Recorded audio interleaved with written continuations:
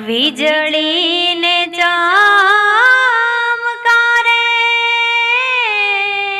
મોતીડા પરોવો પાનબા।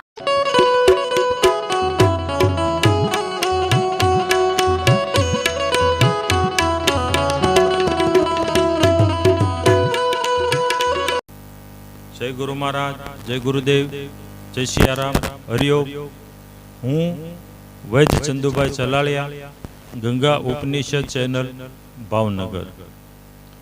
તો આજે માં ગંગા સતી, પાનબાઈ, કહરસંગ બાપુ એનો આખો ઇતિહાસ જોતા, મનોમંથન કરતા તારણ એવું નીકળે છે, માં ગંગા સતીએ જે કીધું 52-12 જે વાણીથી પદ છે એવું નિર્વાણ પદ, એમાં જો સ્થિત થવું હોય, 52 થી 12 થવું હોય, તો પાનબાઈનું જીવન જોતા એવું લાગે છે કે ગુરુના ચરણ પકડવા કરતા, ગુરુના ચરણ પકડવા કરતા ગુરુને શરણે થાવું,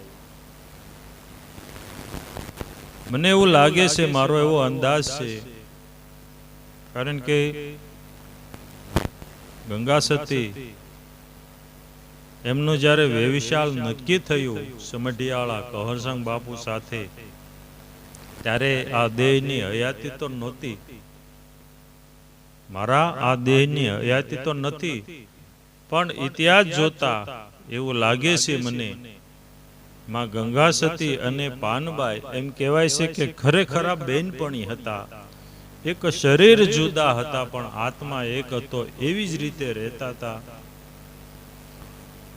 અને આ પરમાત્માની વ્યવસ્થા પ્રમાણે માં ગંગા સતીનું જે વેવિશાળ થયું, ત્યારે પાનબાઈએ એવું નહીં કહ્યું હોય કે હું તમારી સાથે આવું, પણ પાનબાઈએ એવું કીધું હોય કે મને સાથે લઈ જશો। જો આ જે શબ્દો છે એ શબ્દો બહુ ગહન છે, બહુ વિચારવા જેવા છે। હું સાથે આવું એ અધિકાર થયો, એ માંગણી થઈ, પણ મને સાથે લઈ જશો એ સ્વીકાર થયો, એક શિષ્યનો ભાવ થયો, દાસ ભાવ થયો। પાનબાઈ દાસ ભાવે માં ગંગા સતીની સાથે આવ્યા અને એક ગુરુના શરણમાં જે રીતે રહીએ એ રીતે સતત રહ્યા, એમની આજ્ઞામાં રહ્યા, એટલે માં ગંગા સતી બહુ દયાળુ, માં હંમેશા દયાળુ જ હોય છે, અને દયાળુ હોય એ માં હોય છે। એટલે પાનબાઈને 52 થી 12 સુધી એ સ્થિતમાં, એ પદની અંદર એમને સ્થિત કર્યા। એટલે આખો ઇતિહાસ જોતા, જો કોઈ નિર્વાણ પદની પ્રાપ્તિ કરવી હોય, નિર્ભય પદની પ્રાપ્તિ કરવી હોય, જ્યાં જાતિ પાતિ નથી, જ્યાં માયાનો લેશ નથી, આવા પદની જો પ્રાપ્તિ કરવી હોય તો ગુરુના ચરણ ન પકડવા, ગુરુના શરણે થઈ જવું। જય ગુરુ મહારાજ, જય ગુરુદેવ, જય સિયારામ, હરિઓમ।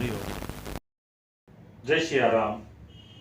ગંગા ઉપનિષદ ચેનલ, ભાવનગર, માત્ર ને માત્ર માં ગંગા સતી, કહરસંગ બાપુ અને પાનબાઈ આમના ભજનો સાંભળવા અને સમજવા હોય તો ગંગા ઉપનિષદ ચેનલ ભાવનગરને સબસ્ક્રાઇબ કરો અને બેલ આઇકન કરો, જેથી કરી આવનાર નવા વિડીયોનો તમને મેસેજ મળે.